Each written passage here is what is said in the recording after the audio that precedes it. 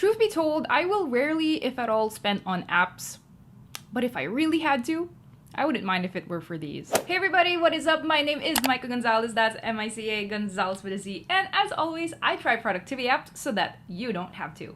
If you're new here, I did a part 1 of this video with 6 amazing productivity apps that I use every single day, and in my opinion are worth the money. And today, I'm back with 6 more apps that just make my life easier, make my work faster, and because of that, they too are worth the money. As a fun little bonus, some of these apps are actually free or have a generous free plan, so you won't even need to spend money to use them. So if you want to learn which ones these apps are, keep watching as we kick off this list with UpPDF. So I work with PDFs a lot. Whether it's reading a bunch of white papers, research, ebooks for my tech job, or working with things like contracts for clients or sponsors, I don't think there's a single day when I'm not opening or creating a PDF of some sort. That's where UpPDF comes in. It's, in my opinion, probably the best PDF editing app that I've had the opportunity to get my hands on. I did put out a detailed review a few months ago about the app, which I'll link to below, but ever since I reviewed it, it's worked really well to support me in my work, so I'm pretty happy to give it a spot in this list. I often need UpPDF to help me annotate PDFs that I'm reading and doing research on, and when I have to write a ton of blogs and articles working in tech, trust me when I say that I reach for this feature a lot. For fellow iPad users like myself, yes, you can also use it on your iPad and Apple Pencil. It totally makes me feel like a student doing their readings again. There's also this batch feature that lets you do the same type of action for a bunch of PDFs all at once, which just saves me a ton of extra time.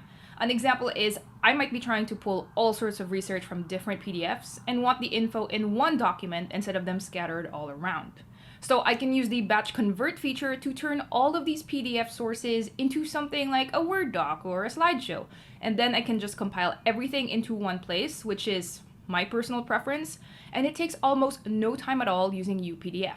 Taking it one step further, the AI assistant that comes with the app can even help me quickly summarize, paraphrase, sometimes even translate the content of PDFs that I'm working on. And yes, that does fit in nicely with the use case I just mentioned about batch converting a bunch of different PDFs on some similar topics. I compile them into one place, and then I use the AI to extract some main ideas or key points that I might find useful for whatever it is I'm doing. UpPDF has also made it really easy to do things like fill out forms, add in my signature, which I mean, you can do with any PDF editing app, so of course you can do that here too. And it's also no secret that I like using digital workbooks, and UpPDF is my personal favorite for iPad as a good notes alternative. I like being able to use this for my digital planners or for testing out the templates I create and give out on my newsletter. And speaking of which, if you're not yet subscribed to my newsletter, you really should. I give out free digital workbooks and stuff like Notion templates on there all the time. Link in the description. UpPDF Pro starts at $32.99 a year, but it does have a lifetime option at $52.99, which I think is just more worth it versus a subscription.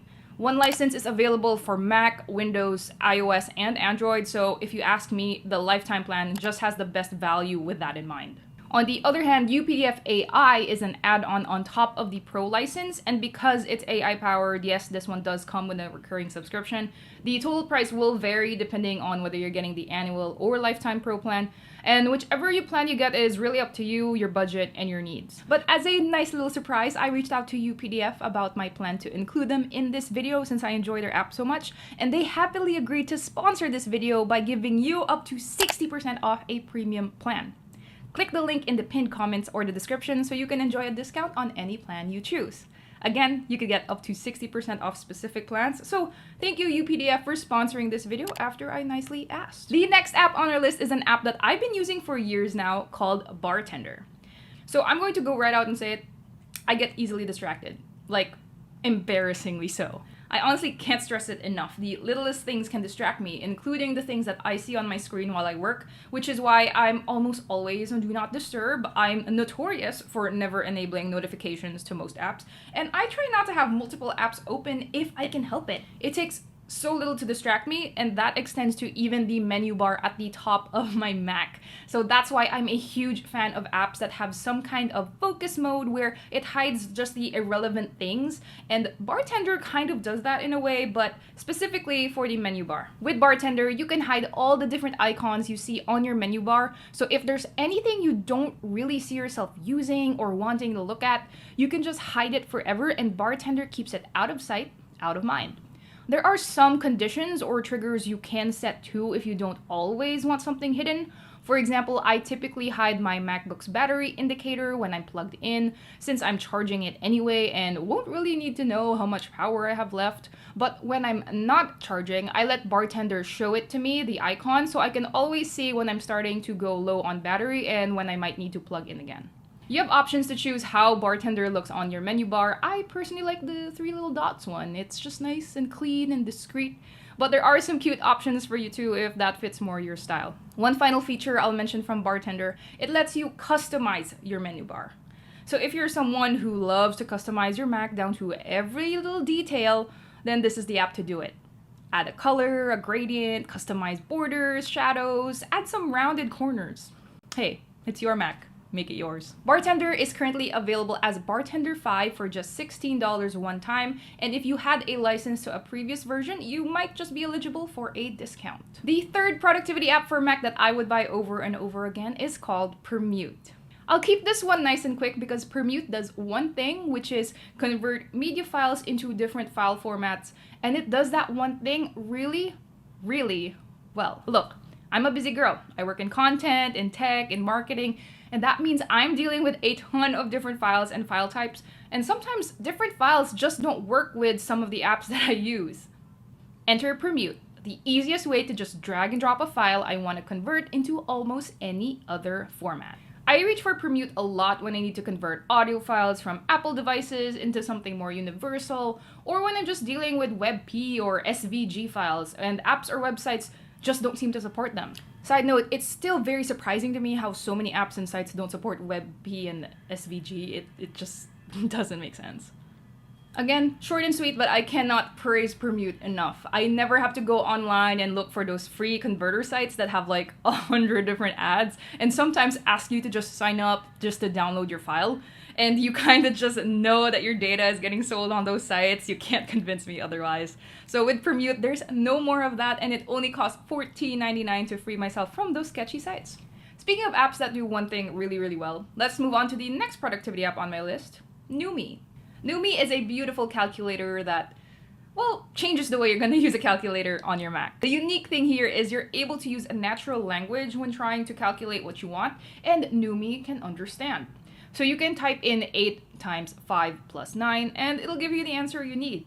It doesn't just apply to basic arithmetic either. You can use Numei for calculating just about anything in everyday life, whether that's currency or unit conversions, discounts, dates, or even a mix of these. I've been using Numei for years. It works almost like an Excel sheet, but without needing to build out a formula from scratch or, you know, having to open and create a spreadsheet. From the quick calculations I need every day and even helping me store some long-term calculations, I reach for Numei almost daily. The one thing that would probably make this so perfect to me is if it had an iOS version for my phone.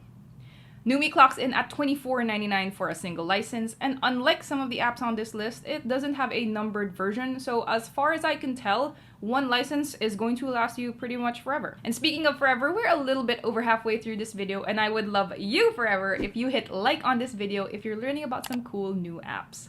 Liking this video just spreads it to more people, and that really helps me out and helps me keep doing stuff like this for you, so thank you very much. Alright, a theme that you might notice in this video is I love productivity apps that do one thing really well. So it makes sense as well. It's like the more focused that an app is, the less cluttered it gets, and the more productive I can be with it. And it's just that type of simplicity that I'm drawn to as a productivity app enthusiast, so it shouldn't come off as a surprise that this extends to even my preferences for to-do list apps and note-taking apps. And it's on that note that I introduce side notes. Pun kind of intended. I have one philosophy when it comes to to-do list and note-taking apps. It has to be super quick to use, otherwise it's not worth my time. Side notes fits into this philosophy really well just because to use it, I just click over on the side of my Mac and out pops side notes, where I can instantly start jotting down notes or access any to-do list that I might have set up. It actually has very little frills that could distract me from my actual goal of noting down a quick thought or checking what's on my to-do list for the day, and it syncs through iCloud, so whether I work on my Mac Mini or my MacBook, and trust me when I say that I switch between these two more often than I care to admit, I get to see the same stuff on side notes pretty instantly when switching. For the most part, this is what I use for little things like my chores and errands, or just quick to-dos, as well as other things that I want to remember and keep handy. And paying the $19.99 one-time fee to use side notes forever is well worth the money. And if you've been on this channel a while, you might be wondering why I even have a separate note-taking and to-do list app if I'm such a big fan and user of Notion. And here's the simple truth. My biggest complaint about Notion as a power user is that databases and pages sometimes take forever to load. No matter how much Notion has improved the product, it's just not as fast and as snappy as I'd prefer it to be, and I just don't want it to take more than like half a second to start ticking things off my to-do list or to start writing down a note. Notion is where I house everything that's more involved, like tasks for a project, so Side Notes is the perfect lightning-fast app with an almost physical notepad feel with just how easy it is to whip out and start using. But hey, even with my minor gripes about Notion, I still want to wrap up this video with the final app being Notion Calendar. I've officially transitioned away from the calendar app of my Apple devices and about 90% off of Google Calendar, and I'm pretty much now always managing my events and to-dos on Notion Calendar. It integrates seamlessly with databases you might have on Notion that contain the date property, so it's made it the perfect agenda-based to-do manager in my books. It even came with some amazing handy features that people in my industry at least almost always use, like having a way to block off time for meetings and then send a link for someone to book a call with you. There's even a menu bar indicator for upcoming events that I love to use for things like my time block to-dos. So if it wasn't obvious, I'm pretty happy with this latest addition to Notion's product suite.